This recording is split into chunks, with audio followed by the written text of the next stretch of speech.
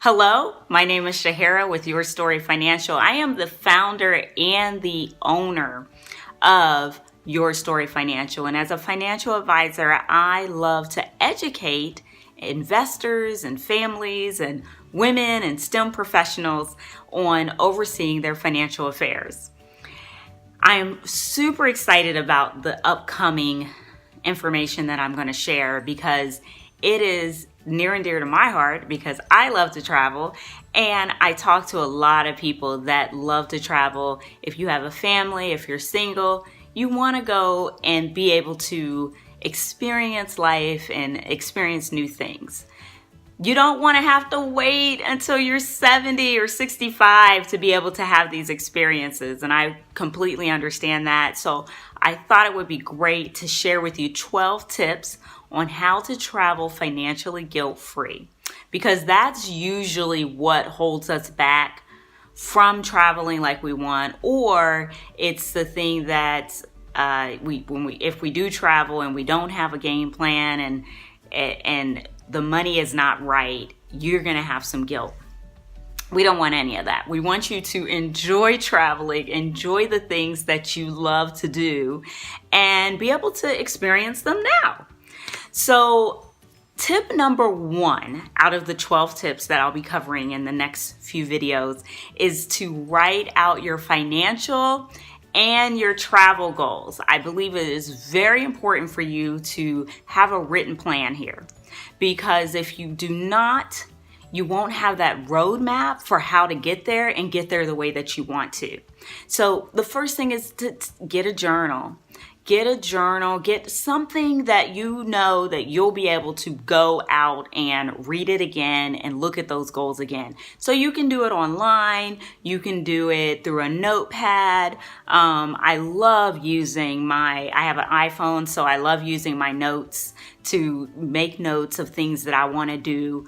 Other people have put sticky notes or something on their mirror that they can see every day.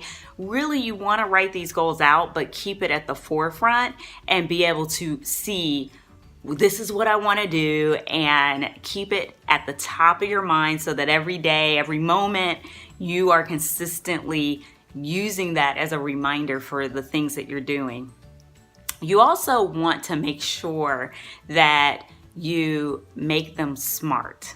And many of you have probably heard this acronym, and I totally understand because it's used a lot, but it is a really good acronym, and it's the SMART goals. And that is to be specific, be very specific about your goal, whether it's financial or travel.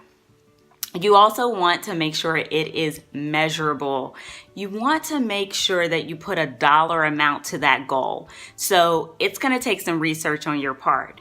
If you are planning to take a trip to, let's say, Bermuda. That's what my husband and I did for our honeymoon. We took a cruise to Bermuda. We did Norwegian. So you're going to do some research and you'll find out how much is it going to cost. If we're doing a cruise, do we want a balcony? Do we want an interior room? What is it that we want, and how is it that we're going to make this happen? Then you want to make sure that it is attainable. So make sure it's attainable. It's something that you know you can do. It's not so lofty that you don't even take action. Have you ever had a goal where it's so lofty you don't take action? That's what we want to avoid. And that leads us to being realistic, because if it's not realistic, then you're not going to believe it. No one else is going to believe it, and it may not happen. And these are different than those hairy, audacious goals, that big, hairy, audacious goal. These are different. This is a SMART goal, and you want to make sure that it's time bound. So put a time frame to it, because if you don't put a time frame to it, you don't have a point or a destination to reach. So you want to make sure that you put some type of time frame to this goal. So I would love for you to take a moment write out your goal. Make sure it's SMART. I want to go to Bermuda. I want to take a cruise, very specific. Take a cruise to Bermuda, a 5-day cruise, and I want it to be at this time of year. I want to do it by this time, and this is how much it's going to cost. And so I'm going to put this much away every week or every month or every day towards this goal. And lastly, you want to tell somebody, because when you tell someone, they can hold you accountable.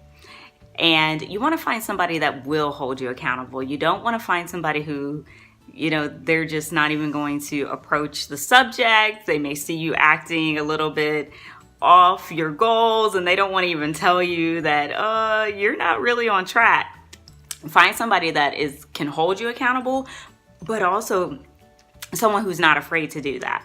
So again, write those goals out, make them SMART, and tell someone so they can hold you accountable. And that makes tip number 1. And stay tuned for tip number 2 in our next video. And I appreciate you. So please share these tips, tell someone about it, and I enjoy that you're here today. Thank you so much. Again, Shahara Wooten.